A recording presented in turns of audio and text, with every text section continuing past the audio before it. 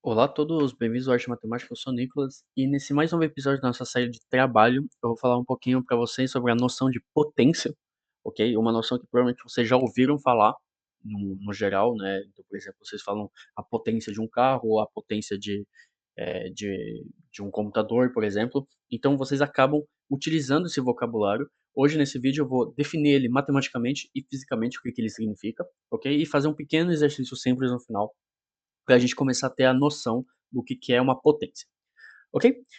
Por que essa noção está na minha série de trabalho? Porque ela vai ser definida com a ajuda da noção de trabalho, ok?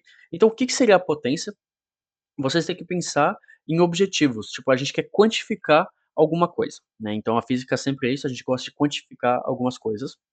E essa série inteira eu falei para vocês de energia, né? Então, eu mostrei para vocês que a unidade de energia é o Joule, né, que mede uma condição ou um estado de um objeto. E aí vocês podem se perguntar: e se esse objeto fornece energia durante um tempo? Né? Então ele vai fornecendo energia durante um tempo. Como é que a gente quantifica essa quantidade de energia que está sendo transferida? Né? O que a gente diria desse fluxo de energia.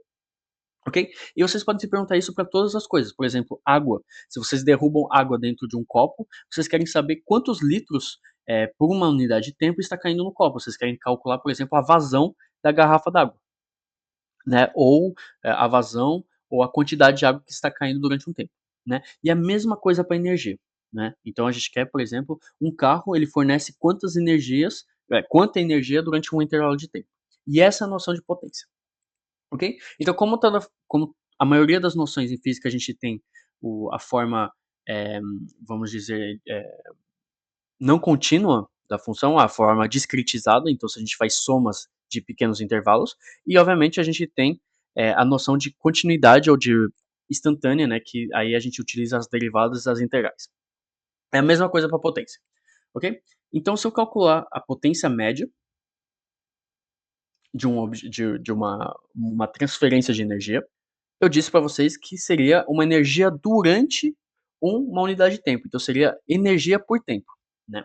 Então seria um trabalho, né, porque vocês sabem que o trabalho é uma energia, sobre um intervalo de tempo delta t, ok? Isso daqui seria a noção de potência média. Obviamente isso daqui funciona também para a noção de instantaneidade, só que a instantaneidade a gente utiliza pequenos trabalhos, né, então pequenos intervalos de trabalho, né, a gente faz isso tender a zero. Então vamos ter que a potência vai ser igual à derivada do trabalho, de acordo com o tempo. Ok? Então essa é a definição matemática da potência, é a derivada do trabalho durante o tempo, de acordo com o tempo. Agora vocês podem se perguntar qual que é a unidade disso, né? Então, obviamente, se a gente fizer uma análise dimensional, vamos ter que a unidade da potência é a unidade do trabalho sobre a unidade do tempo, então seria joules por segundos, ok? Então vocês podem falar, temos uma potência de 3 joules por segundo, ou a gente gosta de aplicar outra unidade, que é bem conhecida e que provavelmente vocês já ouviram falar, que é o watt, né? Watts, vocês pronunciam como vocês quiserem, que a gente nota ele de W, ok? Eu entendo que pode ser meio chato, né? Porque o trabalho também é a notação de W, mas normalmente não tem confusão, porque uma unidade sempre vem depois de um valor numérico, ok? Então, pense que a potência é a derivada do trabalho, de acordo com o tempo, e a potência é em watts, porque é joules sobre segundos, ok? Então, para vocês decorarem o que seriam watts, seria joules por segundo, beleza? Eu tinha dado o exemplo do carro também, né? O carro é um pouquinho diferente, porque a unidade é um pouquinho diferente, tá? Mas a noção é exatamente igual. Normalmente a gente fala que um carro tem, sei lá, 700 cavalos de potência, né? Em inglês seria um HP, então seria um horsepower, então um HP, ok? Isso daqui é mais ou menos 746 watts, tá? Então isso daqui é uma unidade imperial, né? Então, é, caso vocês tenham algum exercício em horsepower, né? E se vocês estão mexendo muito com motores, normalmente a gente está sempre em cavalos de força, né? Então horsepower, aí vocês sabem que para fazer a conversão, um horsepower é igual a 746 watts, ok? Eu vou sempre ficar em unidades SI por enquanto, então a gente sempre só vai trabalhar em watts, então vocês não têm muito problema com isso. Outra tipo de medida que vocês acabam encontrando bastante em vez de falar em joules, vocês falam em quilowatts-hora.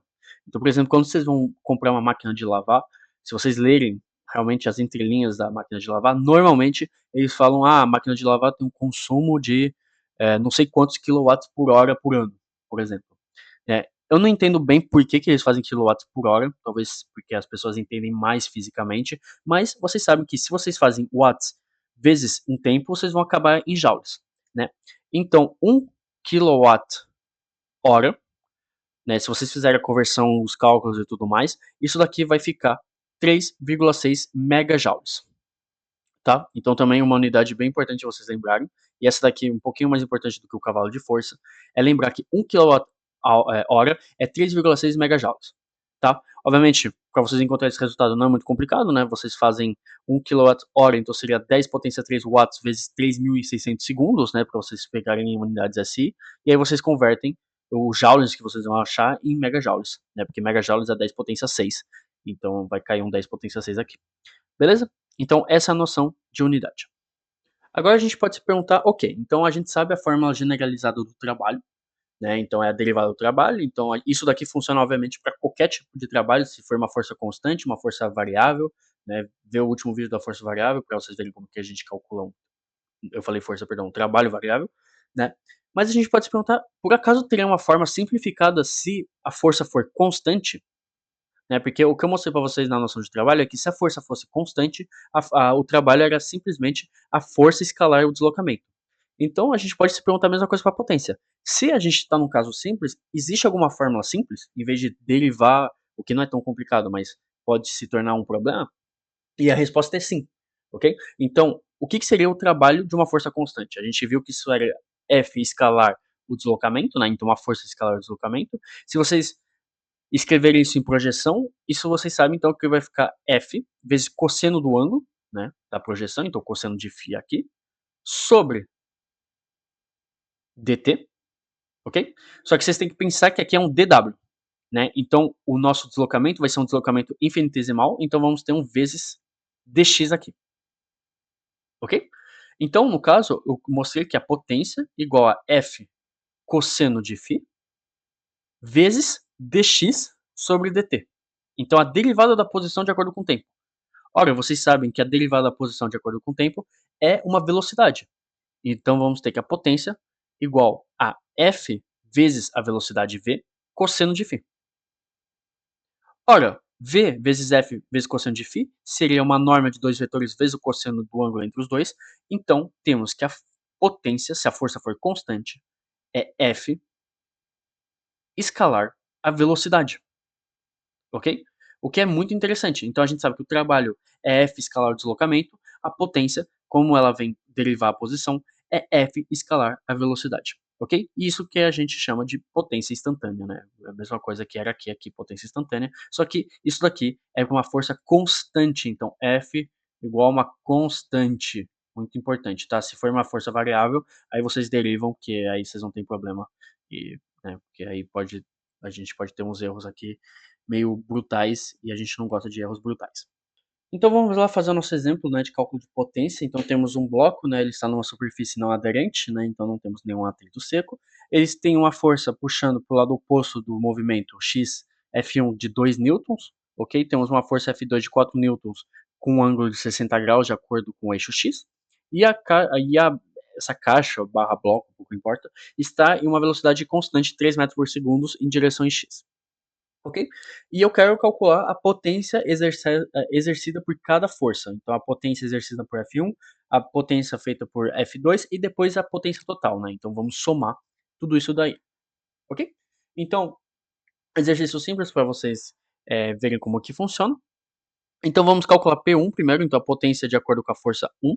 Então, você sabe que isso daqui vai ficar F1 escalar o deslocamento, ok? Então, obviamente, escalar o não, perdão, não o deslocamento, né, a velocidade. Então, calma aí, cadê minha borracha? Aqui seria escalar a velocidade, ok? Então temos F1 escalar a velocidade. Ora, F1 está em menos x, ok? Então, obviamente, o ângulo entre F1 e x vai ser um ângulo de 180 graus. Então vai ser um ângulo de π. Então isso daqui vai ficar que P1 vai ficar igual a F1 vezes v vezes cosseno de um ângulo de 180 graus, um cosseno de π, ok? Então vai ficar 2 vezes 3 vezes menos 1, né, porque cosseno de 180 graus é menos 1. Então isso daqui vai ficar menos 6 e a unidade é o watt. Watt, pouco importa como você pronuncia. Ok? Então, vocês viram que como a definição de uma potência vem com a derivada ou o produto escalar, temos o sinal que vai importar.